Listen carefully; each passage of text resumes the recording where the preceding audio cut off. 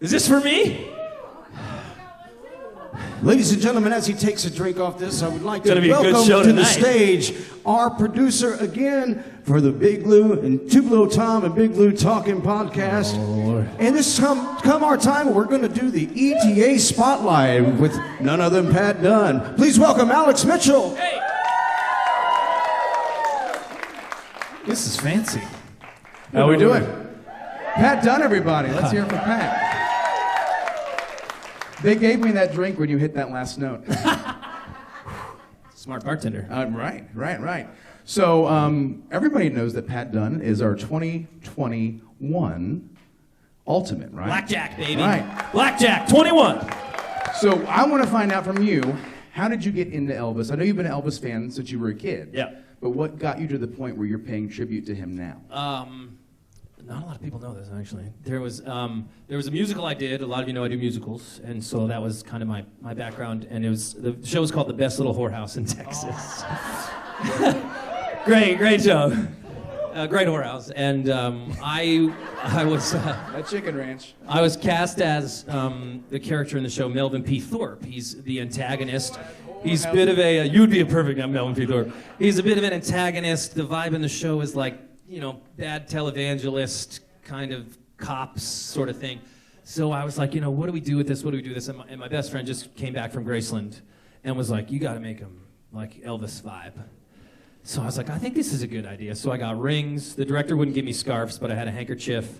I had big old bell bottoms with the yellow rose of Texas embroidered all the way down the side of my legs.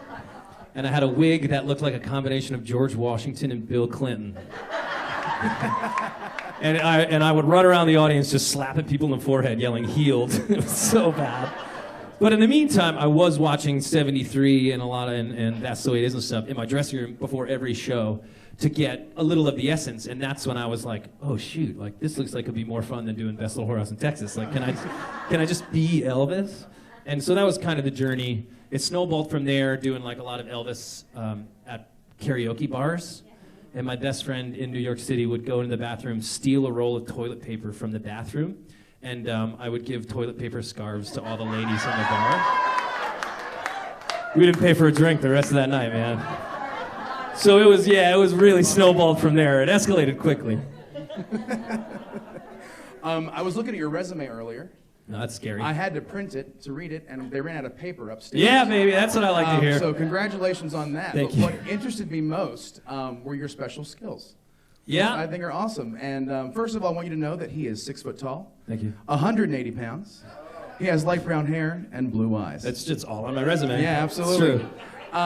180, maybe not these days, but You play the trumpet. I do play the trumpet, yeah. Played the trumpet for 12 years.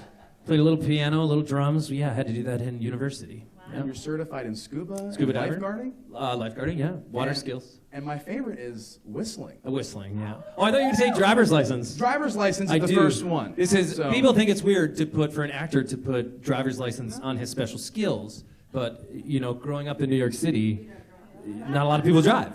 So having a driver's license, when you would get hired as a young, before I get chauffeurs now. I'm just kidding. They're called Ubers, and I pay for them. Okay, it's fine. But but having a driver's license, so the casting director knew you could like drive a company car or something for the theater was important. Okay, whistling. Sorry.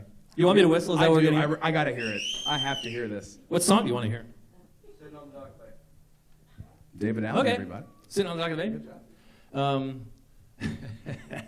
job.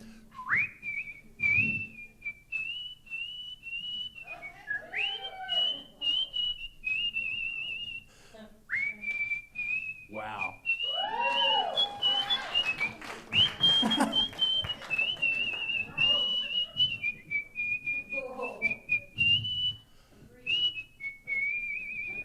Oh, did you hear that? I don't need to breathe. I can whistle in and out. Thank you. That was great.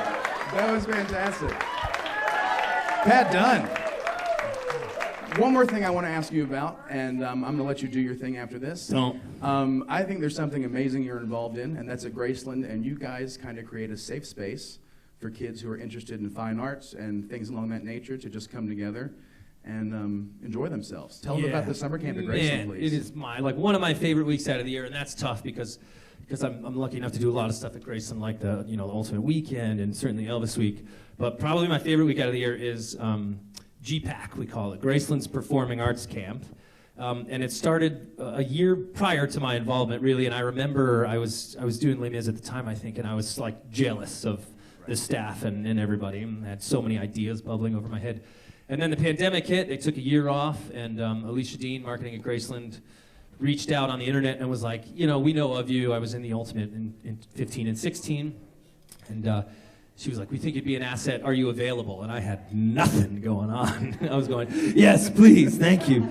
So now over the course, this will be my 3rd year involved. I think we've doubled the number of kids. And it was an incredible experience. I'll never forget my very first year. I was just excited to be there. I didn't know really what we were getting into. I was like, cool. My role is the special guest mentor. They have a wonderful staff of acting teachers, singing teachers, and dance choreographers. And I just kind of float and everything.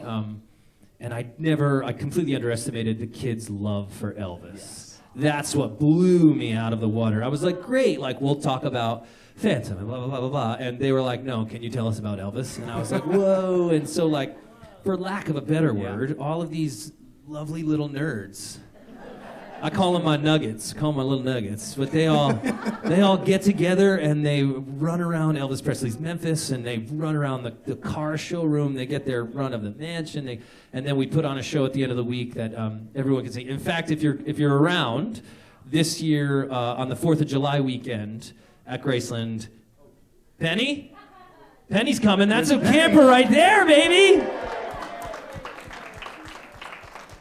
You're mine. You're all mine. Actually, you'll be in class. Your mother and I will be at the pool having cocktails. That's what I facilitate the parents. Good time. But 4th of July weekend, the kids put on a show. It's always Elvis-centric, and it's one of my proudest moments to see there. And then guests from the guest house come and watch, and people who are there for the 4th of July celebration. Really great. So it's one of my proudest Elvis endeavors, probably even more so than winning the Ultimate, which you can't say out loud because that's sacrilege, but seeing the younger generation absorb it and then find their own people, you know what I mean, that may not necessarily be in their classroom back at home, but we got 100 of them, on the campus at Graceland, so it's always great. It really is, yeah. Pat, thank you for what you do for Elvis. We're glad to have you here. Pat Dunn, everybody. Thank you, sir. One more round of applause for Alex Mitchell, everybody. Oh, man.